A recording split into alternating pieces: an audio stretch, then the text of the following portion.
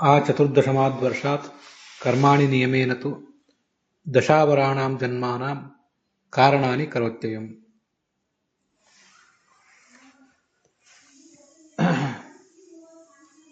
ಮನುಷ್ಯನಿಗೆ 14 ವರ್ಷಗಳ ಬಳಿಕ ಅವನು ಏನು ಕರ್ಮಗಳನ್ನು ಮಾಡ್ತಾನೆ ಅವೆಲ್ಲವೂ ಕೂಡ ಮುಂದಿನ 10 ಜನ್ಮಗಳಿಗೆ, ಕನಿಷ್ಠ 10 ಜನ್ಮಗಳಿಗೆ ಸಾಕಾಗುವಷ್ಟು ಕರ್ಮಗಳನ್ನು ಮಾಡ್ತಾನೆ. ಕರ್ಮ ಅನ್ನೋದೊಂದು ಬೀಜ ಇದ್ದಂತೆ. ನಾವು ಬೆಳೆದ ಬೀಜಗಳನ್ನು ನಾವೇ ತಿಂದು ಖಾಲಿ ಮಾಡಬೇಕಾಗ್ತದೆ. ಈ ಜಗತ್ತಿನಲ್ಲಿ ಕೃಷಿ ಮಾಡುವಾಗ ನಾವೊಂದು ಬೀಜವನ್ನು ಬಿತ್ತಿರ್ತೇವೆ, ಅದರ ಫಸಲನ್ನು ಬೇರೆಯವರಿಗೆ ನಾವು ಖರೀದಿಗೆ ಕೊಡಬಹುದು, ಸ್ವಲ್ಪನ್ನ ನಮ್ಮ ಉಪಯೋಗಕ್ಕಾಗಿ ಇಟ್ಕೊಳ್ಬಹುದು. ಆದರೆ ನಾವೇನು ಕರ್ಮ ಎನ್ನುವ ಬೀಜವನ್ನು ನಮ್ಮ ಜೀವಮಾನದಲ್ಲಿ ಬಿತ್ತುಕೊಳ್ತೀವಿ, ಅದಕ್ಕೆ ನಾವೇ ಕಾರಣರು, ನಾವೇ ಅದನ್ನು ಅನುಭವಿಸಬೇಕು, ಮಾಡಿದ್ದು ನಾವೇ ಉಣ್ಣಬೇಕಾಗ್ತದೆ, ಬೇರೆ ಯಾರಿಗೂ ಕೂಡ ಅದನ್ನು ಕೊಡ್ಲಿಕ್ಕೆ ಬರೋದಿಲ್ಲ. ಇದು ಶಾಸ್ತ್ರದಲ್ಲಿ ಬಂದಿರುವಂತಹ ವಿಚಾರ. 14 ವರ್ಷಗಳಿಗಿಂತ ಮುಂಚೆ ನಾವೇನು ಕರ್ಮಗಳನ್ನು ಮಾಡ್ತೀವಿ ಅದರಿಂದ ಏನೂ ಬಂಧನ ಆಗೋದಿಲ್ಲ, ಮುಂದಿನ ಜನ್ಮಗಳನ್ನು ತಳೆಯುವಂತಹ ಅನಿವಾರ್ಯತೆ ಏನೂ ಬರೋದಿಲ್ಲ. ಆದರೆ ಆ ನಂತರ ಕರ್ಮಗಳನ್ನು ಮಾಡುವಾಗ ಈ ಒಂದು ಬದ್ಧತೆ ಯಾವತ್ತೂ ನಮ್ಮನ್ನು ಕಟ್ಟಿ ಹಾಕ್ತದೆ. ಇಲ್ಲೊಂದು ಸಂಶಯ ನಮಗೆ ಬರ್ತದೆ, ಅದಕ್ಕೊಂದು ಸ್ಪಷ್ಟೀಕರಣ ಹೀಗೆ ಪಡ್ಕೊಳ್ಬೇಕು. 14 ವರ್ಷಗಳ ನಂತರ ನಮಗೆ ಜವಾಬ್ದಾರಿ ಬರುವುದು ಅಂತಾದರೆ, ನಮ್ಮ ಕರ್ಮಗಳೆಲ್ಲವೂ ಕೂಡ ಮುಂದಿನ ಜನ್ಮಗಳಿಗೆ ಕಾರಣ ಆಗುವುದು ಅಂತಾದರೆ, ನಾವು 8ನೇ ವರ್ಷಕ್ಕೆ ಅಥವಾ ಕೆಲವರು 5ನೇ ವರ್ಷಕ್ಕೆ ಉಪನಯನ ಮಾಡ್ಕೋತಾರಲ್ಲ, ಅದು ಯಾಕೆ ಮಾಡಬೇಕು? ಉಪನಯನ 14 ವರ್ಷದ ನಂತರ ಮಾಡಿದರೆ ಅದರಿಂದ ಮುಂದೆ ಏನು ಪರಿಣಾಮ ಆಗಬೇಕಾಗ್ತದೋ ಅದನ್ನೆಲ್ಲವನ್ನು, ಆ ಪರಿಣಾಮಗಳನ್ನೆಲ್ಲವನ್ನು ಗಮನದಲ್ಲಿಟ್ಟುಕೊಂಡು ಸರಿಯಾದ ರೀತಿಯಿಂದ ಕರ್ಮವನ್ನು ಮಾಡಲಿಕ್ಕೆ ಅವನಿಗೆ ಅನುಕೂಲ ಆಗ್ತದೆ ಅನ್ನೋ ಒಂದು ಪ್ರಶ್ನೆ. ಉಪನಯನ ಮಾತ್ರ ಅಲ್ಲ, ಮತ್ತೆ ಯಾವುದೇ ಕರ್ಮವನ್ನು ಕೂಡ ನಾವು ಆಮೇಲೆ ಮಾಡುವುದೇ ಒಳ್ಳೆಯದು. ಅಧ್ಯಯನ ಮೊದಲಾದ ಎಲ್ಲ ಕರ್ಮಗಳನ್ನು ಕೂಡ 14 ವರ್ಷದ ನಂತರ ಮಾಡುವುದೇ ಒಳ್ಳೆಯದು. ಯಾಕೆಂದ್ರೆ ಆವಾಗೇನು ಕರ್ಮಗಳನ್ನು ನಾವು ಮಾಡ್ತೀವಿ ಅವು ನಮಗೆ ಮುಂದಿನ ಜವಾಬ್ದಾರಿಯನ್ನ ಹೊರಿಸ್ತವೆ ಅಂತ ಇದೊಂದು ಪ್ರಶ್ನೆ ಕೂಡ ಬರಬಹುದು. ಅದೇನೇ ಇರಲಿ, ಉಳಿದೆಲ್ಲ ಕರ್ಮಗಳು ಅಧ್ಯಯನ, ಶ್ರವಣ, ಮನನಾದಿ ಆ ಕಡೆಯಲ್ಲಿ, ಉಪನಯನದ್ದೊಂದಾದರೂ ಹೀಗೆ ಒಂದು ಪ್ರಶ್ನೆ ಕೆಲವರಿಗೆ ಸಹಜವಾಗಿ ಬರ್ತದೆ. ಅದಕ್ಕೆ ಈ ಮುಂದಿನಂತೆ ಉತ್ತರ ಹೇಳಬಹುದು. ಶಾಸ್ತ್ರದಲ್ಲಿ ನೇರವಾದ ಮಾತುಗಳಿಂದ ನಾನು ಹೇಳುವಂಥ ಉತ್ತರ ಎಲ್ಲೂ ಕಂಡು ಬಂದಿಲ್ಲ. ಆದರೆ ಹೀಗೊಂದು ಶಾಸ್ತ್ರದ ಮಾತುಗಳಿಂದ ನಾವೊಂದು ಹೀಗೆ ಊಹೆ ಮಾಡಬಹುದು. ಕರ್ಮಗಳನ್ನು ನಾವೇನು ಮಾಡ್ತೀವಿ ಅವು 2 ಥರದ ಕರ್ಮಗಳು. ಕೆಲವು ನಮಗೆ ಮುಂದಿನ ಜನ್ಮಗಳಿಗೆ ಪ್ರೇರಕ ಆಗುವಂತಹ, ಮುಂದಿನ ಜನ್ಮಗಳಿಗೆ ಕಾರಣ ಆಗುವಂತಹ ಕರ್ಮಗಳು. ಇನ್ನು ಕೆಲವು ನಮ್ಮ ಸ್ವಭಾವ ಮತ್ತು ಪ್ರಭಾವಗಳಿಗೆ ಒಳಗಾಗಿ ನಾವು ಮಾಡುವಂಥ ಕರ್ಮಗಳು. ಸ್ವಭಾವ ಅಂದರೆ ಜೀವನ ಮೂಲ ಸ್ವಭಾವ, ಮತ್ತೆ ಪ್ರಭಾವ ಅಂದರೆ ಆ ಒಂದು ನಿರ್ದಿಷ್ಟ ಜನ್ಮದಲ್ಲಿ ಅವನು ಯಾವ ವಂಶವಾಹಿಗಳು, ಯಾವ ಪರಿಸರ ಇತ್ಯಾದಿಗಳನ್ನು ಅವಲಂಬಿಸಿರ್ತಾನೆ, ಅವುಗಳನ್ನು ಪ್ರಭಾವ ಅಂತ ಅನ್ಬಹುದು. ಸ್ವಭಾವ ಮತ್ತು ಪ್ರಭಾವಗಳಿಗೆ ಅನುಸಾರವಾಗಿ ಸಾಧಕ ಕರ್ಮಗಳನ್ನು ಮಾಡ್ತಾ ಹೋಗ್ತಾನೆ. ಭೂಮಿಗೆ ಬಿದ್ದ ಕೂಡಲೇ, ತಾಯಿಯ ಗರ್ಭದಿಂದ ಭೂಮಿಗೆ ಬಿದ್ದ ಕೂಡಲೇ ಕರ್ಮಗಳನ್ನು ಮಾಡ್ಲಿಕ್ಕೆ ತೊಡಗ್ತಾನೆ, ನಮಗಿದು ಗೊತ್ತಿದೆ. ಆದರೆ ಆವಾಗಂತೂ ಏನೂ ಬುದ್ಧಿ ಇರೋದಿಲ್ಲ, ಕ್ರಮವಾಗಿ ಬುದ್ಧಿ ಬೆಳೀತಾ ಹೋಗ್ತದೆ. ಏನಾದ್ರೂ ದೇವರು, ಧರ್ಮ ಇತ್ಯಾದಿಗಳ ಬಗ್ಗೆ ಅವನಿಗೊಂದು ಅರಿವು ಬರುವುದೇ 2 ವರ್ಷ, 3 ವರ್ಷದ, 4 ವರ್ಷದ ನಂತರವೇ. ನಾವು ಧರ್ಮ, ಅಧ್ಯಾತ್ಮ ಇತ್ಯಾದಿಗಳ ಬಗ್ಗೆ ತಂದೆ ತಾಯಂದಿರಾದವರು ಅವರಿಗೆ, ಆ ಮಗುವಿಗೆ ನಾವು ತಿಳಿಸಿಕೊಡ್ತೇವೆ. ಆಗ ಅದನ್ನು ತಿಳಿದು ಅದರಂತೆ ಅದು ಪ್ರವೃತ್ತಿ ಮಾಡ್ತದೆ. ಕೇವಲ ಧರ್ಮ ಅಧ್ಯಾತ್ಮ ಮಾತ್ರ ಅಲ್ಲ, ಒಟ್ಟಾರೆ ಏನು ಮಾಡಬೇಕು ಏನು ಮಾಡಬಾರ್ದು ಎಲ್ಲವನ್ನೂ ಕೂಡ ತಂದೆ ತಾಯಿಂದರಾದವರು, ಬಂಧುಗಳಾದವರು ತಿಳಿಸ್ತಾ ಹೋಗ್ತಾರೆ. ನಮಗಿದು ಗೊತ್ತಿದೆ. ಕೆಲವನ್ನ ಹೀಗೆ ಅವರು ತಿಳಿಸ್ತಾ ಹೋಗ್ತಾರೆ. ಆ ಪ್ರಭಾವಕ್ಕೆ ಅನುಗುಣವಾಗಿ ಮಗು ಮಾಡ್ತದೆ, ಅಥವಾ ಕೆಲವನ್ನ ಮಾಡದೇ ಇರ್ತದೆ. ಮಾಡಬೇಡ ಅಂತ ಹೇಳಿದ್ರೆ ಅದು ಮಾಡೋದಿಲ್ಲ.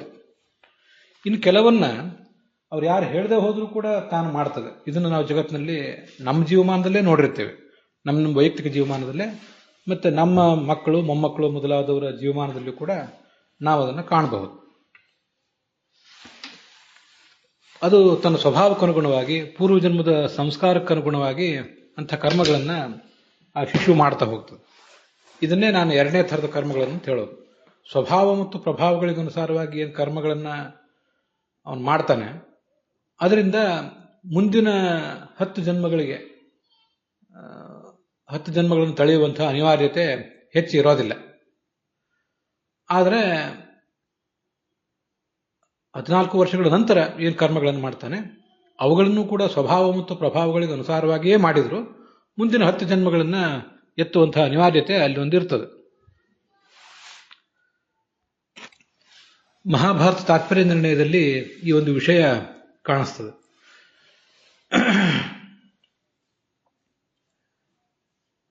ಈ ಅಣಿಮಾಂಡವ್ಯ ಅನ್ನೋ ಋಷಿಗೆ ಒಂದು ಬಾರಿ ಒಂದು ಅಪವಾದ ಬಂದಿತ್ತು.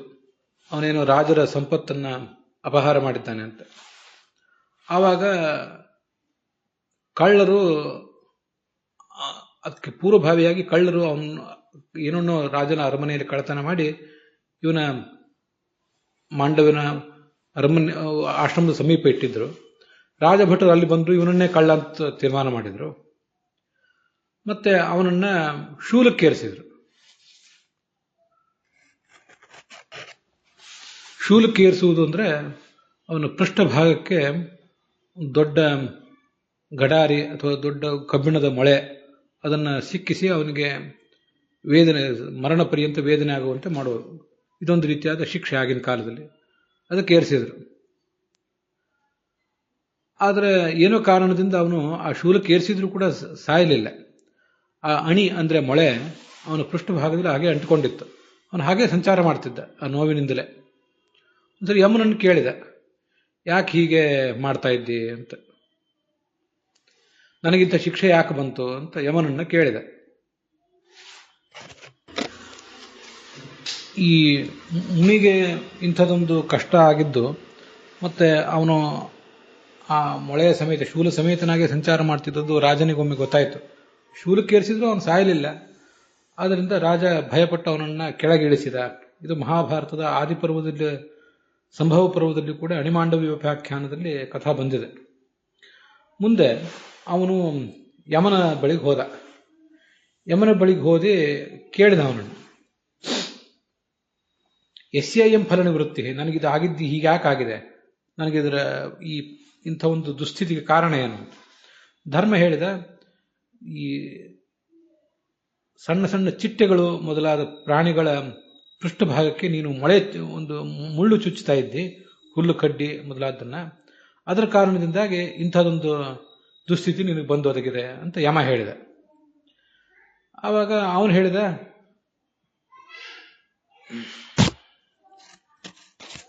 ನಾನು ಇದನ್ನು ಯಾವ ವಯಸ್ಸಿನಲ್ಲಿ ಮಾಡಿದ್ದೆ ಅದನ್ನು ಹೇಳೋದು. ಯಮ ಹೇಳಿದ, ನಾನು ಚಿಕ್ಕ ವಯಸ್ಸಿನಲ್ಲಿ, ನೀನು ಚಿಕ್ಕ ವಯಸ್ಸಿನಲ್ಲಿ ಇಂಥ ಪಾಪ ಮಾಡಿದ್ದಿ, ಬಾಲಭಾವೆ ಅಂತಿದೆ. ಯಾವ ವಯಸ್ಸಿನಲ್ಲಿ ಅಂತ ಯಮನು ಏನು ಹೇಳಲಿಲ್ಲ.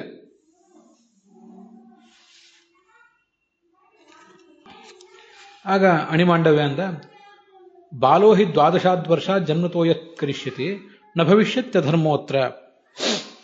ಒಬ್ಬ ಬಾಲಕ ಹುಟ್ಟಿ 12 ವರ್ಷಗಳವರೆಗೆ ಏನು ಕರ್ಮವನ್ನು ಮಾಡ್ತಾನೆ ಅದು ಅಧರ್ಮ ಅಂತ ಅನ್ಸ್ಕೊಳ್ಳೋದಿಲ್ಲ.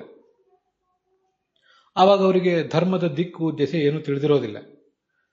ಆದ್ರಿಂದ ನನಗೆ ನೀನು ಇಷ್ಟು ಸಣ್ಣ ವಯಸ್ಸಿಗೇನೆ ಅಂತ ಒಂದು ಅಪರಾಧ ಮಾಡಿದ್ದಕ್ಕಾಗಿ, ಏನೂ ತಿಳಿಯದ ವಯಸ್ಸಿನಲ್ಲಿ ಮಾಡಿದ ಅಪರಾಧಕ್ಕಾಗಿ ಇಂಥ ಕ್ರೂರವಾದ ಶಿಕ್ಷೆ ಕೊಟ್ಟಿದ್ದೆ. ಆದ್ರಿಂದ ನೀನು ಇಲ್ಲಿ ಶೂದ್ರನಾಗಿ ಹುಟ್ಟು ಬಾ ಭೂಲೋಕದಲ್ಲಿ ಶಾಪ ಕೊಟ್ಟ. ಆದ್ದರಿಂದ ಧರ್ಮರಾಜ ವಿದುರನಾಗಿ ಹುಟ್ಟಿದ. ಮುಂದೆ ಅವನೊಂದು ನಿಯಮ ಮಾಡಿದಂತೆ ಅಣಿಮಾಂಡವ್ಯ, ಮರ್ಯಾದಾಂ ಸ್ಥಾಪಯಾಮ್ಯದ್ಯ ಲೋಕೆ ಧರ್ಮ ಫಲೋದಯಾತ್ ಆ ಚತುರ್ದಶಕಾದ್ವರ್ಷಾತ್ ನ ಭವಿಷ್ಯತಿ ಪಾತಕಂ ಪರತಃ ಕುರ್ವತಾಮೇಷ ಏವ ದೋಷ ಏವಂ ಭವಿಷ್ಯತಿ. 12 ವರ್ಷದವರೆಗೆ, ಇಲ್ಲಿಯವರೆಗೆ 12 ವರ್ಷದವರೆಗೆ ಯಾವುದೇ ಪಾಪ ನಮಗೆ ಅಂಟುವುದಿಲ್ಲ, 12 ವರ್ಷದ ನಂತರವೇ ಅಂಟುತ್ತದೆ ಅಂತಿತ್ತು. ಇನ್ನು ಆ ಮರ್ಯಾದೆಯನ್ನು ಸ್ವಲ್ಪ ನಾನು ವಿಸ್ತರಿಸ್ತೇನೆ ಅಂತ ಹೇಳಿದಂತೆ. ಇನ್ನು ಮುಂದೆ 14 ವರ್ಷಗಳ ಬಳಿಕ ಏನಾದರೂ ಪಾಪಗಳನ್ನು ಮಾಡಿದರೆ ಅದು ಮುಂದಿನ ಜನ್ಮಗಳಿಗೆ ಕಾರಣ ಆಗ್ತದೆ, ನರಕಾದಿ ಅನರ್ಥಗಳಿಗೆ ಕಾರಣ ಆಗ್ತದೆ. ಅದಕ್ಕಿಂತ ಮುಂಚೆ ಏನೂ ಮಾಡಿದ್ದಾಗೋದಿಲ್ಲ ಅಂತ ಅವನು ಮರ್ಯಾದೆ ಮಾಡಿದಂತೆ. ಹೀಗೆ 14 ವರ್ಷ ಅಂತ ಅನ್ನೋದು ಆ ಕಾಲದಲ್ಲಿ ನಿಗದಿತ ಆಯಿತು. ಅದನ್ನೇ ಆ ಚತುರ್ದಶಮಾದ್ವರ್ಷಾತ್ ಕರ್ಮಾಣಿ ನಿಯಮೇನತು ಇತ್ಯಾದಿ ಮಾತುಗಳನ್ನು ಶಾಸ್ತ್ರದಲ್ಲಿ ಬೇರೆ ಬೇರೆ ಕಡೆ ಹೇಳಿರೋದು. ಆಚಾರ್ಯರು ಕೂಡ ಅದನ್ನು ಗೀತಾ ಪ್ರಸ್ಥಾನದಲ್ಲಿ ಕೃಷ್ಣಾಂಶ ಮಹಾರ್ಣವದಲ್ಲೆಲ್ಲ ವರ್ಣನೆ ಮಾಡಿದ್ದಾರೆ. ಇಲ್ಲಿ ಪ್ರಾಸಂಗಿಕವಾಗಿ ಒಂದು ವಿಷಯ, ನಾನು ಮಣಿಮಾಂಡವನ ಕಥೆ ಹೇಳ್ತಿರೋದ್ರಿಂದ ಒಂದು ವಿಷಯ ಹೇಳ್ತೇನೆ. ಯಮ ಹೇಳಿದ್ದು ಅಸತ್ಯ ಏನು ಆಗಿರಲಿಲ್ಲ ಅಂತ ಮಹಾಭಾರತ ತಾತ್ಪರ್ಯ ನಿರ್ಣಯ ಹೇಳ್ತದೆ. ನಾಸತ್ಯತ ತಸ್ಯ ತತ್ರ ಹೇತುತಃ. ಮಹಾಭಾರತ ತಾತ್ಪರ್ಯ ನಿರ್ಣಯದಲ್ಲಿ 11ನೇ ಅಧ್ಯಾಯದಲ್ಲಿ 139, 144ನೇ ಶ್ಲೋಕದ ರೂಪದಲ್ಲಿ ಈ ವಿಷಯ ಬಂದಿದೆ.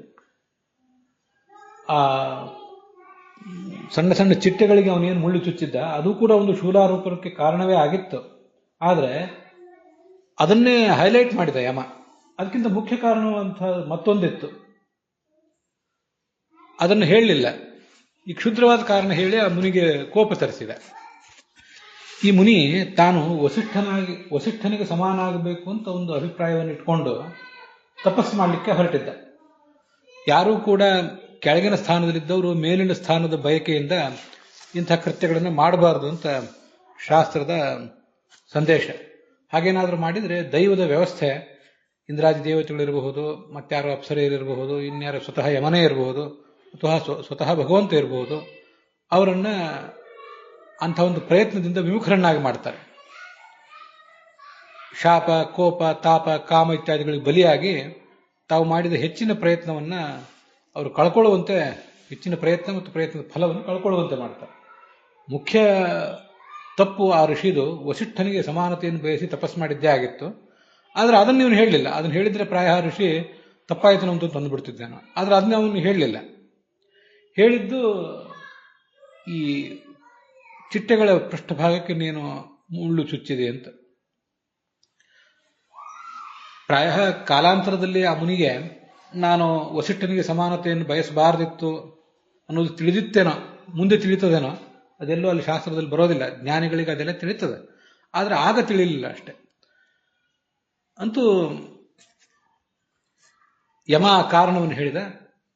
14 ವರ್ಷಕ್ಕಿಂತ ಮುಂಚೆ, 12 ವರ್ಷಕ್ಕಿಂತ ಮುಂಚೆ ಇಂಥ ಕಾರ್ಯವನ್ನು ಮಾಡಿದರೆ ಅದು ಯಾವುದೂ ಬಾಧಕ ಆಗೋದಿಲ್ಲ, ಮುಂದೆ ಬಾಧಕ ಆಗ್ತದೆ ಅಂತ ಒಂದು ನಿಯಮವನ್ನು ಆ ಮುನಿ ನಿಗದಿಪಡಿಸಿದ. ಆದರೆ ಮಹಾಭಾರತದಲ್ಲೂ ಕೂಡ ಆ ಒಂದು ಕೃತ್ಯ ಅವನು ಮಾಡುವಾಗ, ಚಿಟ್ಟೆಗಳಿಗೆ ಹಿಂಸೆ ಕೊಡುವಾಗ ಅವನ ವಯಸ್ಸು 12ಕ್ಕಿಂತ ಕಡಿಮೆ ಆಗಿತ್ತೋ ಅಥವಾ 14ಕ್ಕಿಂತ ಕಡಿಮೆ ಆಗಿತ್ತೋ ಅಂತ ಅನ್ನೋದು ಗೊತ್ತಾಗೋದಿಲ್ಲ ಸ್ಪಷ್ಟವಾಗಿ. ಮತ್ತೆ 12 ಅಂತ ಇದ್ದದನ್ನ 14 ಅಂತ ಮಾಡಿದ ಹೇಗೆ ಮುನಿ? ಅವನಿಗೆ ಭಗವಂತನ ಧರ್ಮ ವಿರುತ್ತಮ ಅಂತ ಕರೆಸ್ಕೊಂಡಿರುವ ಭಗವಂತನ ಆದೇಶ, ಸೂಚನೆ ಹಾಗೇನಾದ್ರೂ ಇತ್ತೋ? ಅದಕ್ಕೆ ಅವನಕ್ಕಿಂತ ಜ್ಯೇಷ್ಠರಾದ ಯಮ ಮತ್ತೆ ಉಳಿದ ತತ್ವಾಭಿಮಾನಿ ದೇವತೆಗಳು ಮೊದಲಾದವರ ಸಂದೇಶ, ಸೂಚನೆ ಹಾಗೇನಾದ್ರೂ ಇತ್ತೋ? ಅದೆಲ್ಲ ನಮ್ಗೆ ಗೊತ್ತಾಗೋದಿಲ್ಲ. ಅಂತೂ ಈಗ ನಮಗೆ ಶಾಸ್ತ್ರದಲ್ಲಿ ಕಾಣಿಸುವಂತೆ, ಆಚಾರ್ಯರು ಕೂಡ ಅದನ್ನ ನಾನೀಗಾಗಲೇ ಹೇಳಿದಂತೆ ಕೃಷ್ಣಾಮೃತ ಮಹಾರ್ಣವ, ಗೀತಾ ಭಾಷೆ ಇತ್ಯಾದಿ ಕಡೆಗಳಲ್ಲಿ ಹೇಳಿರುವಂತೆ 14 ವರ್ಷದ ನಂತರ ಆ ಜವಾಬ್ದಾರಿ ಬರ್ತದೆ ಅಂತ. ಭಗವಂತನ ಸಂಕಲ್ಪವು ಕೂಡ ಹಾಗೇ ಇದ್ದಂತೆ ಕಾಣಿಸ್ತದೆ.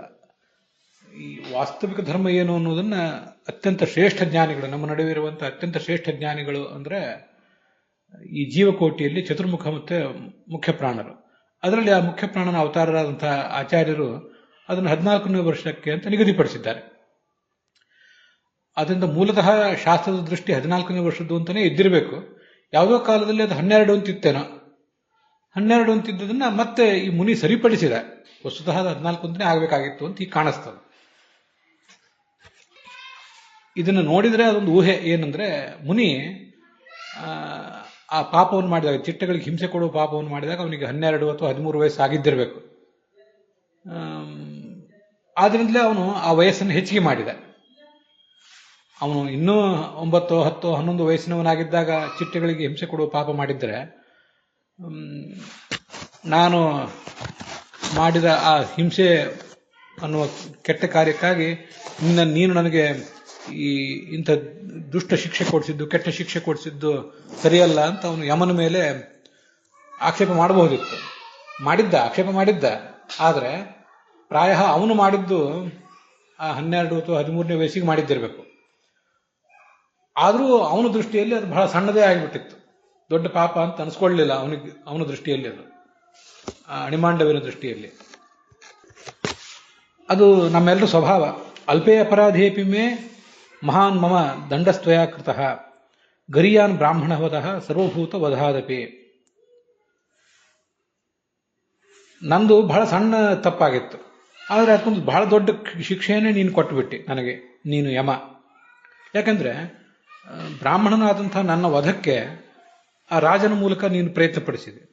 ಬ್ರಾಹ್ಮಣನ ವಧ ಅನ್ನೋದು ಸರ್ವಭೂತಗಳ ವಧಕ್ಕಿಂತಲೂ, ಎಲ್ಲಾ ಪ್ರಾಣಿಗಳ ಹತ್ಯೆಗಿಂತಲೂ ಬಹಳ ದೊಡ್ಡದು ಅಂತ, ತನ್ನ ಪಾಪ ಅನ್ನೋದು ಬಹಳ ಸಣ್ಣದು ಅಂತಲೇ ಅವನು ಆಲೋಚನೆ ಮಾಡಿದ್ದ. ಇದು ನಮ್ಮೆಲ್ಲರ ಆಲೋಚನೆ. ನಾವು ಮಾಡ್ತಿರುವ ದೋಷಗಳು ಬಹಳ ಸಣ್ಣದು, ಏನ್ ನಾವೆಲ್ಲ ಮನುಷ್ಯರು, ಕಲಿಕಾಲ ಅಂತ ನಮ್ಮ ಬೆನ್ನು ನಾವೇ ತಟ್ಕೋತೀವಿ. ನಾವು ತಪ್ಪು ಮಾಡಿದೆ ಹೋದ್ರೆ ದೇವರು ಮಾಡ್ತಾನ ಅಂತ ಕೇಳ್ತೇವೆ. ಇದೆಲ್ಲ ನಮ್ಮ ಸ್ವಭಾವ. ಆದ್ರೆ ಆಚಾರ್ಯರು ಅಲ್ಲೊಂದು ವಿಷಯ ಹೇಳಿದಾರಲ್ಲ, ಅದು ತುಂಬಾ ಮಹತ್ವದ್ದು. ನಾಸತ್ಯತ ತಸ್ಯ ತತ್ರ ಹೇತುತಃ. ಯಮ ಹೇಳಿದ್ದು ಸುಳ್ಳಾಗಿರ್ಲಿಲ್ಲ ಅಂತಾರಲ್ಲ ನೋಡಿ, ಅದು 14 ವರ್ಷವೋ 12 ವರ್ಷವೋ ಅದೆಲ್ಲ ಮುಖ್ಯ ಅಲ್ಲ. ಅಂತೂ ಜ್ಞಾನಿಯಾದಂಥ ಅಣಿಮಾಂಡವನಿಗೆ ಅಂತಹ ಪಾಪವನ್ನು ಮಾಡುವ ಬುದ್ಧಿ ಬರಬಾರ್ದಿತ್ತು. ಅದು ಅವನಿಗೆ ಬಂತಲ್ಲ, ಅದು ಒಂದು ಕಾರಣವೇ. ಚಿಟ್ಟೆಗಳಿಗೆ ಹಿಂಸೆ ಕೊಟ್ಟದ್ದು ಒಂದು ಕಾರಣವೇ. ಆದ್ರೆ ಪ್ರಧಾನ ಕಾರಣ ವಸಿಷ್ಠನ ಸಮಾನತೆಯನ್ನು ಬಯಸಿದ್ದು ಅಂತ ಆಚಾರ್ಯರ ತಾತ್ಪರ್ಯ ಇದೆ. ಅದರಿಂದ ಅದನ್ನು ಗಮನಿಸಿದರೆ ಯುಕ್ತ ವಯಸ್ಸು ಬಂದಿತ್ತು ಮಾಂಡವ್ಯನಿಗೆ, ಅವನು ಆ ಚಿಟ್ಟೆಗೆ ಹಿಂಸೆ ಕೊಡುವ ಪಾಪವನ್ನು ಮಾಡಿದಾಗ. ಆದರೆ ಅವನು ಅದನ್ನ ಅಲ್ಪ ಅಪರಾಧ ಅಂತ ತನ್ನನ್ನು ತಾನು ತಿಳ್ಕೊಂಡ್ಬಿಟ್ಟಿದ್ದ ಅಷ್ಟೆ. ಅಂತೂ ಪ್ರಧಾನ ಅಪರಾಧ ವಸಿಷ್ಠನ ಸಮಾನತೆಯನ್ನು ಬಯಸಿದ್ದು ಅನ್ನೋದನ್ನು ನಾವು ತಿಳ್ಕೋಬಹುದು. ಇದನ್ನೆಲ್ಲ ಗಮನಿಸಿದಾಗ ವಯಸ್ಸು ಸ್ವಲ್ಪ ಸಣ್ಣದೇ ಆದರೂ ಕೂಡ ಆ ಋಷಿ ಅವನು, ಆದ್ರಿಂದ ಅವನಿಗೆ ಅದ್ರ ಬಗ್ಗೆ, ಧರ್ಮಾಧರ್ಮಗಳ ಬಗ್ಗೆ, ಹಿಂಸೆ ಅಹಿಂಸೆಯ ಬಗ್ಗೆ ಎಚ್ಚರ ಇರಬೇಕಾಗಿತ್ತು. ಪ್ರಹ್ಲಾದ, ಧ್ರುವನಂತವರಿಗೆ ಮತ್ತು ಮಾಂಡವ್ಯನಂತವರಿಗೆ, ಚಿಕ್ಕ ವಯಸ್ಸಿನಲ್ಲಿದ್ದವರಿಗೆ ಧರ್ಮದ ಎಚ್ಚರ, ಅಧ್ಯಾತ್ಮದ ಎಚ್ಚರ ಅದೆಲ್ಲ ಸಣ್ಣ ವಯಸ್ಸಿನಲ್ಲೇ ಇರ್ತದೆ. ಆದ್ರಿಂದ ಅವರು ಅನೇಕ ಕರ್ಮಗಳನ್ನ ಮಾಡ್ತಾ ಹೋಗ್ತಾರೆ. ತಮ್ಮ ಅಭಿವೃದ್ಧಿಗೆ ಕಾರಣವಾದ, ಆಧ್ಯಾತ್ಮಿಕ ಅಭಿವೃದ್ಧಿಗೆ ಕಾರಣವಾದ ಕರ್ಮಗಳನ್ನು ಮಾಡ್ತಾ ಹೋಗ್ತಾರೆ. ಆದ್ರಿಂದ ಸಣ್ಣ ವಯಸ್ಸಿನಲ್ಲಿ ಧರ್ಮದ ಅಭಿವೃದ್ಧಿ ಆಗುವುದಾದ್ರೆ, ಎಚ್ಚರ ತಪ್ಪಿ ಏನಾದರೂ ಪಾಪಗಳನ್ನು ಮಾಡಿದರೆ ಅದರಿಂದ ಒಂದು ಶಿಕ್ಷೆಯೂ ಕೂಡ ಆಗ್ತದೆ ಅಂತ ಕಾಣಿಸ್ತದೆ. ಅದು ನೋಡಿದರೆ ತೀರಾ ಅಜ್ಞಾನಿಗಳಾದಂಥ ನಮ್ಮಂಥವ್ರಿಗೆ ಆಗದೆ ಇರಬಹುದು, ಆದರೆ ದೊಡ್ಡವರಿಗೆ ಮಾತ್ರ ಅದು ಆಗ್ತದೆ ಅಂತ ಕಾಣಿಸ್ತದೆ. ನಾವು ಒಂದು ವಿಷಯ ಗಮನಿಸಬೇಕು. ನಮಗಿವತ್ತು ಕೆಲವರಿಗೆ 7 ವಯಸ್ಸು, 10 ವಯಸ್ಸು, 20 ವಯಸ್ಸು, ಕೆಲವರಿಗೆ 40, 50, 60. ವಸ್ತುತಃ ನಮಗೆಲ್ರಿಗೂ ಕೂಡ, ಹೇಳ್ತಾ ಇರುವ ನನಗೆ, ಕೇಳ್ತಾ ಇರುವ ನಿಮಗೆ, ಅವರಿಗೆ, ಇವರೆಲ್ಲರಿಗೂ ಕೂಡ ಈಗ ಸೃಷ್ಟಿಗೆ ಬಂದಾಗಿನಿಂದ 195 ಕೋಟಿ ವರ್ಷಗಳಾಗಿವೆ ನಮಗೆಲ್ರಿಗೂ ಕೂಡ. ಇದು ನನ್ನ ದೃಢವಾದ ಒಂದು ನಂಬಿಕೆ ಶಾಸ್ತ್ರದಲ್ಲೇ ಬಂದಂಥ ವಿಷಯನೇ. ಆದ್ರಿಂದ ನಾವು, ನಮ್ಮ ತಂದೆ ತಾಯಿ, ನಮ್ಮ ಅಜ್ಜ ಅಜ್ಜಿ, ನಮ್ಮ ಮಕ್ಕಳು ಮೊಮ್ಮಕ್ಕಳು ಇವರೆಲ್ಲರೂ ಕೂಡ ಹೆಚ್ಚು ಕಡಿಮೆ ಈಗ ಸಮಾನ ವಯಸ್ಕರು. ನಮ್ಮ ಆಧ್ಯಾತ್ಮಿಕ ಜೀವನ ಸೃಷ್ಟಿಗೆ ಬಂದಾಗಿನಿಂದ ನಾವು ಇಲ್ಲಿಯವರೆಗೆ ಸವಿಸಿದ ಹಾದಿ, ತಳೆದ ಜನ್ಮ, ಇದನ್ನೆಲ್ಲ ಗಮನಿಸಿದರೆ ನಮಗೆಲ್ಲರಿಗೂ ಕೂಡ ಸಮಾನವಾದ ವಯಸ್ಸುಗಳಾಗಿವೆ. ಹೆಚ್ಚು ಕಡಿಮೆ ಸರಾಸರಿ ನಮಗೆಲ್ಲರಿಗೂ ಕೂಡ ಸಮಾನವಾದ ಜನ್ಮಗಳಾಗಿವೆ. ಅವೇನು ಅಂತ ನಮಗೆ ಗೊತ್ತಿಲ್ಲ ಅಷ್ಟೇ. ಅದೆಲ್ಲ ಭಗವಂತನಿಗೆ, ಅವನ ಆದೇಶವನ್ನು ಹೊತ್ತಂಥ ದೇವತೆಗಳಿಗೆ ಮೊದಲಾದವರಿಗೆ ಗೊತ್ತಿರ್ತದೆ, ತತ್ವಾಭಿಮಾನಿ ದೇವತೆಗಳಿಗೆ ಮೊದಲಾದವರಿಗೆ. ನಮಗದು ಗೊತ್ತಿರೋದಿಲ್ಲ. ಆದ್ರಿಂದ ನಾವು ಇವತ್ತೇನಿದ್ದೇವೆ ಅದು ಹಿಂದೆ ನಾವು ಏನು ಮಾಡಿದ್ವಿ ಅನ್ನೋದರ ಒಂದು ಪರಿಣಾಮ ಅದು. ಹಾಗಿರುವಾಗ ಈ ಹಿಂದೆ ನಮಗೆ ಪಾಪ ಪುಣ್ಯಗಳ ಪರಿಜ್ಞಾನ ಇತ್ತೋ ಇಲ್ಲೋ, ಅನೇಕ ಬಾರಿ ನಾವು ಶಾಸ್ತ್ರಗಳನ್ನು ಅವಲೋಕನ ಮಾಡಿದ್ದಿರಬಹುದು, ಯಾರ್ದೋ ಮುಖದಿಂದ ಕೇಳಿದ್ದಿರಬಹುದು, ಅನೇಕ ಸಂಕಟಗಳನ್ನ ನೋವುಗಳನ್ನೆಲ್ಲ ಅನುಭವಿಸಿಯೇ ಇದ್ದೀವಿ ನಾವು ಹಿಂದೆ. ಧರ್ಮಾಧರ್ಮಗಳ ಜ್ಞಾನ, ಹಿಂಸೆ ಅಹಿಂಸೆ ಜ್ಞಾನ ಈ ಜನ್ಮದಲ್ಲಿ ನಮಗೆ ಹೊಸದಾಗಿ ಆಗ್ತಿರೋದಲ್ಲ, ಹಿಂದೆ ಅನೇಕ ಜನ್ಮಗಳಲ್ಲಿ ಆಗಿದೆ. ಮತ್ತೆ ಅದರ ಬಲದಿಂದಲೇ ನಾವು ಇವತ್ತು ಒಂದು ಮಟ್ಟಿಗೆ ತಕ್ಕ ಮಟ್ಟಿಗಾದರೂ ಇದ್ದೇವೆ. ಅದನ್ನೆಲ್ಲ ಗಮನಿಸಿದ್ರೆ ನಾವು ಪಾಪಗಳಿಂದ ದೂರ ಇರಬೇಕು ಸಣ್ಣ ವಯಸ್ಸಿನಿಂದಲೇ. ಆದರೂ ಸಾಮಾನ್ಯವಾಗಿ ಏನಾಗ್ತದೆ, ಈ ಒಂದು ಜನ್ಮದಲ್ಲೇ ನಮಗೆ ಚಿಕ್ಕ ವಯಸ್ಸಿನಲ್ಲಿ ನಾವು ಪಡೆದ ಅನುಭವಗಳೆಲ್ಲ ಮಾಸಿ ಹೋಗಿಬಿಟ್ಟಿರ್ತವೆ. ಕಾಲದ ಕಾರಣದಿಂದಾಗಿ, ವಯಸ್ಸಿನ ಕಾರಣದಿಂದಾಗಿ ಅವೆಲ್ಲ ಮಾಸಿ ಹೋಗಿರ್ತವೆ. ಹಾಗಿರುವಾಗ ಅನೇಕ ಜನ್ಮಗಳನ್ನು ಈ ಹಿಂದೆ ನಾವೇನು ತಳೆದಿದ್ದೀವಿ, ಈ ಜನ್ಮದಿಂದ ಆ ಒಂದು ಜನ್ಮದಿಂದ ಪ್ರಾಣಿಗಳ ಪಕ್ಷಿಗಳ ಜನ್ಮ, ಮನುಷ್ಯ ಜನ್ಮ, ಯಾವ್ಯಾವುದೋ ಜನ್ಮವನ್ನು ದಾಟಿ ನಾವು ಎಲ್ಲೆಲ್ಲೋ ಹೋಗಿದ್ದೆವು. ಯಾವುದೋ ಲೋಕಕ್ಕೆ ಹೋದೆವು, ಮತ್ತಾವುದೋ ಶಿಕ್ಷೆ ಅನುಭವಿಸಿದ್ವಿ, ಸುಖ ಅನುಭವಿಸಿದ್ವಿ, ಮತ್ತೆ ಅಂತರಿಕ್ಷ ಲೋಕ, ಅಲ್ಲಿಂದ ಮಳೆಯ ಲೋಕ, ಅಲ್ಲಿಂದ ಭೂಮಿ, ಅಲ್ಲಿಂದ ತಂದೆ, ಅಲ್ಲಿಂದ ತಾಯಿ, ಹೀಗೆಲ್ಲ ದೀರ್ಘವಾದ ಜೀವನವನ್ನ, ದೀರ್ಘವಾದ ಹಾದಿಯನ್ನ ನಾವು ಸವಿಸಿದ್ದೇವೆ. ಅಷ್ಟೆಲ್ಲ ದೀರ್ಘವಾದ ಪ್ರಯಾಣದ ಕಾರಣದಿಂದಾಗಿ ಮತ್ತೆ ನಮ್ಮ ಬುದ್ಧಿಯೂ ಕೂಡ, ನಮ್ಮ ಮೆಮೊರಿ ಕಾರ್ಡ್ ಕೂಡ ಬಹಳ ಸಣ್ಣದಾದ್ರಿಂದ, ಅದರ ಕೆಪಾಸಿಟಿ ಬಹಳ ಸಣ್ಣದಾದ್ರಿಂದ ಅವೆಲ್ಲವೂ ಕೂಡ ನಮ್ಮ ಮನಸ್ಸಿನಲ್ಲಿ ಉಳಿದಿರೋದಿಲ್ಲ. ಸಂಸ್ಕಾರ ರೂಪದಿಂದ ಉಳಿದಿರ್ತವೆ, ಆದ್ರೆ ಈ ಜನ್ಮದಲ್ಲಿ ಹುಟ್ಟಿದ ಕೂಡಲೇ ಅವನ್ನೆಲ್ಲ ನಾವು ರಿವೈವ್ ಮಾಡಿಕೊಳ್ಳುವಷ್ಟು ನಮಗೆ ಕೆಪಾಸಿಟಿ ಇರೋದಿಲ್ಲ. ಆದ್ರಿಂದಾಗಿ ಮತ್ತೆ ಹೊಸದಾಗಿ ನಾವು ಅಧ್ಯಯನ ಇತ್ಯಾದಿಗಳನ್ನು ಮಾಡಬೇಕಾಗ್ತದೆ. ಅದಕ್ಕಾಗಿ ಭಗವಂತ ಒಂದಿಷ್ಟು ಗ್ರೇಸ್ ಪೀರಿಯಡ್ ಅಂತ ಕೊಟ್ಟಿರ್ತಾನೆ. ಸುಮಾರು 14 ವರ್ಷಗಳವರೆಗೆ ಯಾವುದೇ ಕೃತ್ಯ ಮಾಡಿದ್ರು ಅದ್ರ ಜವಾಬ್ದಾರಿ ನಿನಗಿರೋದಿಲ್ಲ ಅಂತ. ಆದರೂ ಇದೊಂದು ಸಾಮಾನ್ಯ ನಿಯಮ ಅಂತಲೇ ನನಗನ್ಸೋದು. ಕೆಲವರಿಗೆ 14ನೇ ವರ್ಷಕ್ಕಿಂತ ಮುಂಚೆನೇ ದೊಡ್ಡ ಆಧ್ಯಾತ್ಮಿಕ ಸಾಧನೆ ಆಗೋದಾದ್ರೆ, ಮತ್ತೆ ಅವ್ರು ಮಾಡಿದ ಪಾಪಗಳ ಫಲವನ್ನು ಕೂಡ ಅವರು 14 ವರ್ಷಗಳ ನಂತರ ಅನುಭವಿಸೋದಕ್ಕಿಂತ ಮುಂಚೆನೇ ಅನುಭವಿಸ್ತಾರೆ. ಯಾಕೆಂದ್ರೆ ಅವರಿಗೆ ಧರ್ಮ ಹಿಂಸೆಗಳ ಜ್ಞಾನ ಈ ಹಿಂದೆ ಬೇಕಾದಷ್ಟು ಆಗಿ ಹೋಗಿದೆ, ಅದರ ಶಿಕ್ಷಣ ಆಗಿ ಹೋಗಿದೆ. ಮತ್ತೆ ಬೇಗ ನಾವು ನಮ್ಮ ದುಷ್ಕರ್ಮಗಳ ಸತ್ಕರ್ಮಗಳ ಫಲವನ್ನು ಮುಗಿಸಿದಷ್ಟು ನಮಗೆ ಮುಂದಿನ ಅಧ್ಯಾತ್ಮದ ಪಯಣ ಸುಲಭ ಆಗ್ತದೆ. ನಾವು ಲೇಟ್ ಮಾಡಿದಷ್ಟು ನಮಗೆ ಅದು ಭಾರ ಆಗ್ತದೆ. ಅಂಥದ್ದೊಂದು ವ್ಯವಸ್ಥೆಯನ್ನ ಭಗವಂತನ ವ್ಯವಸ್ಥೆ ಎಲ್ಲ ಜ್ಞಾನಿಗಳಿಗೆ ಮತ್ತೆ ಅಜ್ಞಾನಿಗಳಾದ ನಮಗೂ ಕೂಡ ಮಾಡಿಕೊಟ್ಟಿರ್ತದೆ ಅಂತ ಕಾಣಿಸ್ತದೆ. ಬೇಗ ನಾವು ಅದನ್ನು ಸವಿಸಿ ಮುಗಿಸಿಬಿಡಬೇಕು. ಕರ್ಮಭಿರ್ಭ್ರಾಮ್ಯಮಾನಸ್ಯ ದೇವತಿರಿಯಂಗ್ ಬ್ರಿಯೋನಿಷು ಅಂತ ಭಾಗವತ ಮುಂದೊಂದು ಕಡೆ ಹೇಳ್ತದೆ. ನಮ್ಮ ಕರ್ಮದ ಆಧಾರವಾಗಿ ಕೆಲವರು ದೇವತೆಗಳ ಜನ್ಮವನ್ನ, ಕೆಲವರು ಪ್ರಾಣಿಗಳ ಜನ್ಮವನ್ನ, ಕೆಲವರು ಮನುಷ್ಯನ ಜನ್ಮವನ್ನ ತಾಳ್ತಾ ಇದ್ದೇವೆ. ನಮಗೆ ಆ ಕರ್ಮದ ಆಧಾರದಿಂದಲೇ ಬಂಧುಗಳು, ಮಿತ್ರರು, ಉದಾಸೀನರು ಹೀಗೆಲ್ಲರೂ ಕೂಡ ಸಿಗ್ತಾರೆ ಅಂತ ಭಾಗವತದ ಸೂಚನೆ ಇದೆ.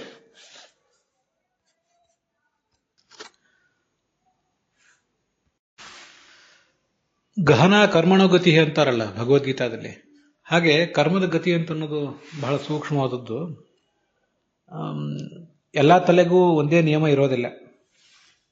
ಅಂತೂ ಈ 14 ವರ್ಷದ ನಿಯಮ ಅಂತ ಅನ್ನೋದೊಂದು ಸಾಮಾನ್ಯವಾದ ನಿಯಮ. ಇಲ್ಲಿ ಹಾಗಾದ್ರೆ ಮುಖ್ಯವಾದ ಪ್ರಶ್ನೆಗೆ ನಾವೀಗ ಬರಬೇಕು. ಸಂಧ್ಯಾವಂದನೆ ಇತ್ಯಾದಿಗಳು, ಉಪನಯನ ಇತ್ಯಾದಿಗಳನ್ನ ಆ ವಯಸ್ಸಿಗೆ ಮಾಡುವುದು ಯಾಕೆ 8ನೇ ವಯಸ್ಸಿಗೆ ಅಂದ್ರೆ, 8ನೇ ವಯಸ್ಸಿಗೆ ಆ ಉಪನಯನ ಇತ್ಯಾದಿಗಳನ್ನು ಮಾಡಿದರೆ ಅವನಲ್ಲಿ ಅಧ್ಯಾತ್ಮ ಮಾರ್ಗದಲ್ಲಿ ಮುಂದೆ ಸಾಗಲಿಕ್ಕೆ ಬೇಕಾದಂತಹ ಒಂದು ಪ್ರವೃತ್ತಿ ಆವಾಗ ಬಲಗೊಳ್ತದೆ.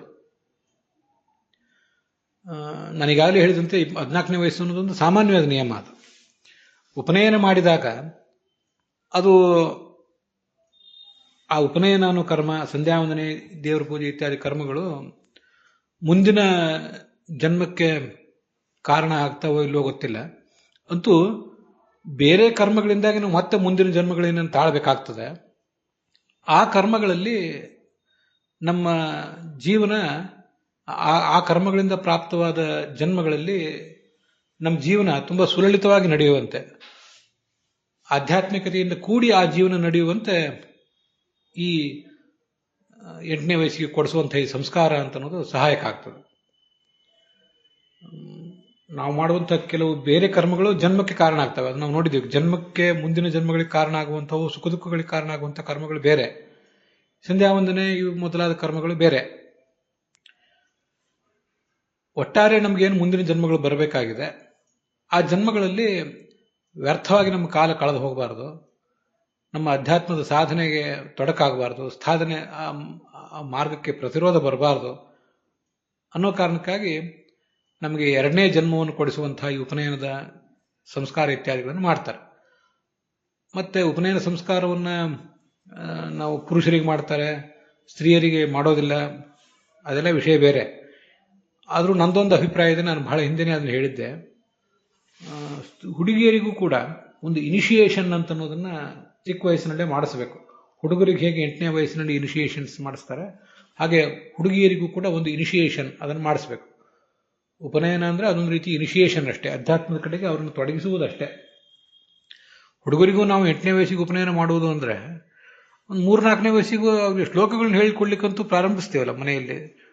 ತೀರ್ಥ ತಗೊಳ್ಬೇಕು, ದೇವರ ಪ್ರಾರ್ಥನೆ ಮಾಡಬೇಕು ಇತ್ಯಾದಿಗಳನ್ನ ಅವ್ರಿಗೆ ಹೇಳಿಕೊಡ್ಲಿಕ್ಕಂತೂ ಪ್ರಾರಂಭಿಸ್ತೇವೆ. ಅಂತೂ ಅವರಲ್ಲಿ ಸುಪ್ತವಾಗಿದ್ದ ಸಂಸ್ಕಾರವನ್ನ, ಅವರ ಸ್ವಭಾವವನ್ನ ನಾವು ಇನ್ನಷ್ಟು ಊರ್ಜಿತಗೊಳಿಸ್ಲಿಕ್ಕೋಸ್ಕರ, ಅಪ್ಡೇಟ್ ಮಾಡಲಿಕ್ಕೋಸ್ಕರ, ಅಪ್ಗ್ರೇಡ್ ಮಾಡಲಿಕ್ಕೋಸ್ಕರ ಪ್ರಯತ್ನವನ್ನ ಆ ಹುಡುಗರಿಗೆ ಒಂದು ಚಿಕ್ಕ ವಯಸ್ಸಿನಲ್ಲಿದ್ದಾಗಲೇ ಪ್ರಾರಂಭ ಮಾಡಿರ್ತೇವೆ. ಉಪನಯನಕ್ಕಿಂತಲೂ ಮುಂಚೆನೇ ಮಾಡಿರ್ತೀವಿ ಅನ್ನೋದು ಎಲ್ರಿಗೂ ಗೊತ್ತಿದ್ದೇ ಇದೆ. ಸಾಮಾನ್ಯವಾದ ಮನೆತನಗಳಲ್ಲಿ ಎಲ್ಲರೂ ಅದನ್ನು ಮಾಡಿರ್ತಾರೆ. ಅದನ್ನೇ ಉಪನಯನದ ಮೂಲಕ ಹೆಚ್ಚು ನಾವು ವಿಧಿವತ್ತಾಗಿ ಮಾಡ್ತೇವೆ ಅಷ್ಟೇ. ಹುಡುಗಿಯರಿಗೂ ಕೂಡ ಹಾಗೆ ಮಾಡಬೇಕು. ಹುಡುಗರಿಗೂ ಹುಡುಗಿಯರಿಗೂ ಅಧ್ಯಾತ್ಮ ಅಂತ ಅನ್ನೋದು ಇಬ್ಬರಿಗೂ ಕೂಡ ಬೇಕೇ ಬೇಕು. ಅವ್ರಿಗೂ ಕೂಡ ಆ ಥರದೊಂದು ಶಾಸ್ತ್ರ ವಿಹಿತ ಅಲ್ಲದೆ ಹೋದರೂ ಕೂಡ ಈ ಒಂದು ಕಾಲದಲ್ಲಿ ನಾವೇನು ಕಾಲಘಟ್ಟದಲ್ಲಿ ಬದುಕಿದ್ದೇವೆ ಅದಕ್ಕೆ ಬೇಕಾದಂಥ ಒಂದು ಪ್ರಯತ್ನವನ್ನ ನಾವು ಮಾಡಲೇಬೇಕು. ಇವುಗಳ ಮೂಲಕ ಈಗಿನ ಒಂದು ಜನ್ಮ, ಇನ್ನು ಮುಂದೆ ಬರುವ ಜನ್ಮಗಳು, ಇದರಲ್ಲಿ ಎಲ್ಲ ಕಡೆನೂ ಕೂಡ ಅಧ್ಯಾತ್ಮದ ಸ್ಪರ್ಶ ಇರ್ತದೆ. ಜೀವನವನ್ನು ಹೆಚ್ಚು ಸ್ಥಿರತೆಯಿಂದ, ಆಧ್ಯಾತ್ಮಿಕತೆಯಿಂದ ನಮಗೆ ಸಾಗಿಸ್ಲಿಕ್ಕೆ ಸಾಧ್ಯ ಆಗ್ತದೆ. ಕೊನೆಯ ಮಾತು, ಇವತ್ತಿನ ಕಾಲದಲ್ಲಿ ತೀರಾ ಚಿಕ್ಕ ವಯಸ್ಸಿನ ಹುಡುಗರು ಕೂಡ ಅಪರಾಧಗಳಲ್ಲಿ ತೊಡಗ್ತಾ ಇದ್ದಾರೆ. ಅದರಲ್ಲಿ ಅಪ್ರಾಪ್ತ ವಯಸ್ಕ, ಪ್ರಾಪ್ತ ವಯಸ್ಕ ಅಂತ ಇನ್ನೂ ನಮ್ಮ ಕಾನೂನಿನ ಪಂಡಿತರು ಚರ್ಚೆ ಮಾಡ್ತಾನೆ ಕೂತಿದ್ದಾರೆ. 18ನೇ ವಯಸ್ಸಿನ ನಂತರ ಅವರನ್ನು ಪ್ರಾಪ್ತ ವಯಸ್ಕ ಅಂತ ಪರಿಗಣನೆ ಮಾಡಬೇಕು, ಅದಕ್ಕಿಂತ ಮುಂಚಿನವರನ್ನ ಬಾಲಾಪರಾಧಿಗಳನ್ನು ಪರಿಗಣನೆ ಮಾಡಬೇಕು, ಅವರಿಗೆ ಬಹಳ ತೀಕ್ಷ್ಣವಾದ ದಂಡನೆ ಕೊಡಬಾರದು ಅಂತ ಕಾನೂನು ಪಂಡಿತರು, ವಕೀಲರು, ಸರ್ಕಾರದ ಲಾ ಮೇಕರ್ಸು ಮತ್ತೆ ಸರ್ಕಾರಗಳು, ನ್ಯಾಯಾಂಗ, ಶಾಸಕಾಂಗ, ಕಾರ್ಯಾಂಗ ಇವರೆಲ್ಲ ಚರ್ಚೆ ಮಾಡ್ತಿದ್ದಾರೆ. ಅಪರಾಧಗಳ ತೀವ್ರತೆ ಹೆಚ್ಚಾದಾಗ 18ನೇ ವಯಸ್ಸಿದ್ದನ್ನು 16ನೇ ವಯಸ್ಸಿಗೆ ಇತ್ತೀಚೆಗೆ ಕೆಲವು ವರ್ಷಗಳ ಹಿಂದೆ ಇಳಿಸಿದರು. 16ನೇ ವಯಸ್ಸಿಗೆ ಅವನನ್ನ ಪ್ರಾಪ್ತ ವಯಸ್ಕ ಅಂತ ಪರಿಗಣನೆ ಮಾಡಬೇಕು ಅಂತ ಕಾನೂನು ಮಾಡಿದ್ರು ಅಂತ ನಂಗೆ ನೆನಪಿದೆ. ಶಾಸ್ತ್ರ ಇನ್ನೂ ಕೂಡ ಬೇಗನೆ ಅವರಿಗೆ ಈ ಪ್ರಾಪ್ತ ವಯಸ್ಕತೆಯನ್ನ ವಿಧಿಸಿದೆ 14ನೇ ವಯಸ್ಸಿಗೆ. ಅದಲ್ಲದೇನೆ ನಾವೀಗ ಅಣಿಮಾಂಡವಿನ ಕಥೆಯಲ್ಲಿ ನೋಡಿದ್ವಿ. ಈ ಸಾಮಾಜಿಕ ಸ್ಥಿರತೆಗಾಗಿ, ಅಪರಾಧಗಳನ್ನು ತಡೆಗಟ್ಟುವ ಸಲುವಾಗಿ ನಾವು ಆ 14ಕ್ಕಿಂತ ಮುಂಚೆನೂ ಕೂಡ ಇವತ್ತು ಕಾನೂನಿನ ವ್ಯವಸ್ಥೆಯಲ್ಲಿ ಆ ಒಂದು ಪ್ರಾಪ್ತ ವಯಸ್ಕತೆಯನ್ನ ನಾವು ನಿಗದಿಪಡಿಸಬೇಕು. ಅಪರಾಧ ಮಾಡಬೇಕು ಅನ್ನೋ ಬುದ್ಧಿ ಬರ್ತದೆ, ಅದಕ್ಕೆ ಈ ಆಧುನಿಕ ವಿದ್ಯುನ್ಮಾನ ಉಪಕರಣಗಳು, ಸಾಮಾಜಿಕ ಜಾಲತಾಣಗಳು ಇವುಗಳಲ್ಲಿ ನೆರವನ್ನೆಲ್ಲ ಪಡ್ಕೋಬೇಕು ಅಂತ ಆಲೋಚನೆ ಬರ್ತಿದೆ. ಹುಡುಗಿಯರು ದೈಹಿಕವಾಗಿ ಪ್ರೌಢರಾಗ್ತಿದ್ದಾರೆ. ಅದೆಲ್ಲ ಪ್ರೌಢತೆ ಅವರಿಗೆ ಬರ್ತಾ ಇದೆ, ಆದರೆ ಮಾನಸಿಕ ಪ್ರೌಢತೆ ಮಾತ್ರ ಇನ್ನೂ ಬರ್ತಿಲ್ಲ. ಅಂದ್ರೆ ಜಾಣನಿಗೆ ಮಾತಿನ ಪೆಟ್ಟು, ಕೋಣನಿಗೆ ದೊಣ್ಣೆ ಪೆಟ್ಟು ಅಂತ ಹೇಳುವಂತೆ ನಾವು ಅದನ್ನು 18, 16, 14 ಅಂತ ಆ ತೊಳಲಾಟದಲ್ಲೇ ಇದ್ರೆ ಅದರಿಂದ ಸ್ಥಿರವಾದ ಸಮಾಜ ಕಟ್ಟಲಿಕ್ಕೆ ನಮಗೆ ಸಾಧ್ಯ ಆಗೋದಿಲ್ಲ. ಮಹಾಭಾರತದಲ್ಲೂ ಕೂಡ ಕೆಲವು ಕ್ರೂರವಾದ ಶಿಕ್ಷೆಗಳನ್ನು ವಿಧಿಸಿದ್ದಾರೆ. ಇಸ್ಲಾಂನಲ್ಲಿ ಅಂತ ಕ್ರೂರವಾದ ಶಿಕ್ಷೆಗಳನ್ನು ವಿಧಿಸಿರ್ತಾರೆ. ಅದನ್ನೆಲ್ಲ ನಾವು ಅಂಥ ಕ್ರೂರವಾದ ಶಿಕ್ಷೆಗಳನ್ನು ಕೊಡಬಾರದು ಅಂತ ಹೀಗೆಲ್ಲ ಭ್ರಮೆಗಳನ್ನ ಇಟ್ಕೊಂಡು ನಾವು ಕಳೆಯುವ ಕಾಲ ಮುಗಿದು ಹೋಯಿತು. ಸ್ವಲ್ಪ ಕಠೋರವಾಗಿ ವರ್ತಿಸಬೇಕು. ಅಪರಾಧಿಗಳು ಯಾರಿದ್ದಾರೆ, ಅವರು ಅತ್ಯಾಚಾರ ಮಾಡಿದವರು ಇರಲಿ ಅಥವಾ ಕೊಲೆ ಮಾಡಿದವರು ಇರಲಿ, ಅಂಥವರಿಗೆ ಕ್ಷಮಾದಾನ ಅಂತ ಅನ್ನೋದು ಸಲ್ಲದು. ಅಪರಾಧಿಗಳು ಮತ್ತು ಕೊಲೆ ಮಾಡಿದವರು, ಕೊಲೆ ಘಾತಕರು ಮತ್ತು ಅತ್ಯಾಚಾರಿಗಳು, ಅವರಿಗೆ ಬದುಕುವ ಹಕ್ಕು ಇದನ್ನ ನಾವು ಒಪ್ಪಬಾರದು. ನಾಗರಿಕ ಸಮಾಜದಲ್ಲಿ ಒಪ್ಪಬಾರದು. ಮಾನವ ಹಕ್ಕುಗಳು, ಮತ್ಯಾವುದೋ ಹಕ್ಕುಗಳು, ಮಕ್ಕಳ ಹಕ್ಕುಗಳ ಸಂಸ್ಥೆ, ಇಂಥವೆಲ್ಲ ಅನೇಕ ಗದ್ದಲಗಳನ್ನು ಎಬ್ಬಿಸ್ತಿರ್ತಾರೆ. ಆದರೆ ಅದಕ್ಕೆ ಯಾವುದಕ್ಕೂ ಬಲಿ ಕೊಡದೆ, ಅದಕ್ಕೆ ಯಾವುದಕ್ಕೂ ಗಮನ ಕೊಡದೆ ಒಂದು ಸ್ಥಿರವಾದ ಸಮಾಜದ ನಿರ್ಮಾಣಕ್ಕಾಗಿ ಆ ಪ್ರಾಪ್ತ ವಯಸ್ಕತೆಯನ್ನು ಕೂಡ ಸ್ವಲ್ಪ ಇನ್ನೂ ಇಳಿಸಬೇಕು. ಸಣ್ಣ ವಯಸ್ಸಿಗೆ ಅವರನ್ನ ತಮ್ಮ ಪಾಪಗಳಿಗೆ ಜವಾಬ್ದಾರಿಗಳನ್ನಾಗಿ ಮಾಡಬೇಕು. ಮತ್ತೆ ಸಣ್ಣ ಸಣ್ಣ ವಯಸ್ಸಿನಲ್ಲೇ ಶಾಲೆಗಳಲ್ಲಿ ಅವರಲ್ಲೆಲ್ಲರಲ್ಲಿ ಕೂಡ ಅಂತ ಚಿಕ್ಕ ವಯಸ್ಸಿಗೆ ಅಪರಾಧ ಮಾಡಿದವರಿಗೆ ಯಾವ ಥರದ ಶಿಕ್ಷೆ ಆಗಿದೆ, ಅವರದರಿಂದ ಏನು ಪರಿಣಾಮ ಅನುಭವಿಸಿದ್ದಾರೆ ಅನ್ನೋದನ್ನೆಲ್ಲ ಅವರವರಿಗೆ ಪಠ್ಯಗಳಲ್ಲಿ ಈ ವಿಡಿಯೋಗಳ ಮೂಲಕ ತಿಳಿಸುವಂಥ ಪ್ರಯತ್ನ ಆಗಬೇಕು. ಸಾಮಾನ್ಯವಾಗಿ ಈಗ ನಮಗೆ ವಿದ್ಯುನ್ಮಾನ ಉಪಕರಣಗಳಲ್ಲಿ, ಸಾಮಾಜಿಕ ಜಾಲತಾಣಗಳಲ್ಲಿ, ದೂರದರ್ಶನದಲ್ಲಿ ಏನೇನೋ ಕಾಣಿಸ್ತಿರ್ತವೆ. ಆದರೂ ಕೆಲವು ಶಿಕ್ಷೆಗಳನ್ನು ಕೊಡುವುದು ಇತ್ಯಾದಿಗಳು ಕೆಲವು ನಮಗೆ ಗಮನಕ್ಕೆ ಬರದೇ ಹೋಗ್ಬೋದು. ಉಳಿದ ಅಪರಾಧಗಳನ್ನು ಮಾಡೋದನ್ನೆಲ್ಲ ಸಿನಿಮಾದಲ್ಲಿ ಇತ್ಯಾದಿಗಳಲ್ಲಿ ವಿಜೃಂಭಿಸಿ ತೋರಿಸ್ತಿರ್ತಾರೆ. ಶಿಕ್ಷೆಗಳನ್ನು ಕೊಡುವುದು ನಮ್ಮ ಗಮನಕ್ಕೆ ಬರದೇ ಹೋಗಬಹುದು. ಶಿಕ್ಷೆಗಳನ್ನು ಕೊಟ್ಟರೆ ಏನಾಗ್ತದೆ, ಇಂಥ ಅಪರಾಧಗಳನ್ನು ಮಾಡಿದರೆ ಏನಾಗ್ತದೆ ಅಂತ ಅನ್ನೋದು ಆ ಚಿಕ್ಕ ವಯಸ್ಸಿನ ಹುಡುಗರಿಗೆ ಒಂದು